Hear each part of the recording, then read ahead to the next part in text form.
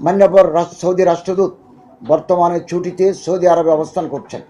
Deo পত্রের বিষয়টি অবহিত হওয়ার পর তিনি সচিব মহোদয়কে ফিরতি অডিও বার্তা প্রেরণ করেন।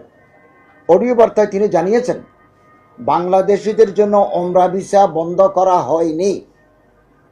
এক্ষেত্রে তিনি বাংলাদেশের হজ ওমরা এজেন্সির প্রতিনিধিদেরকে ওমরা যাত্রীদের হোটেল বুকিং, রিজার্ভেশন, এয়ারলাইন্সের টিকিট সহ সৌদি আরবের ওমরা এজেন্ট কোম্পানির সাথে যোগাযোগের পরামর্শ প্রদান করেন।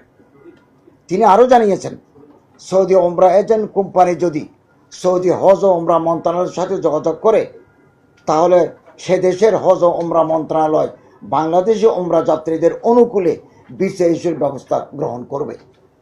প্রকৃতপক্ষে বাংলাদেশিদের জন্য ওমরা ভিসা বন্ধ করা হয়নি মর্মে সৌদি রাষ্ট্রদূত আমার সচিব মহোদয়কে নিশ্চিত করেছেন।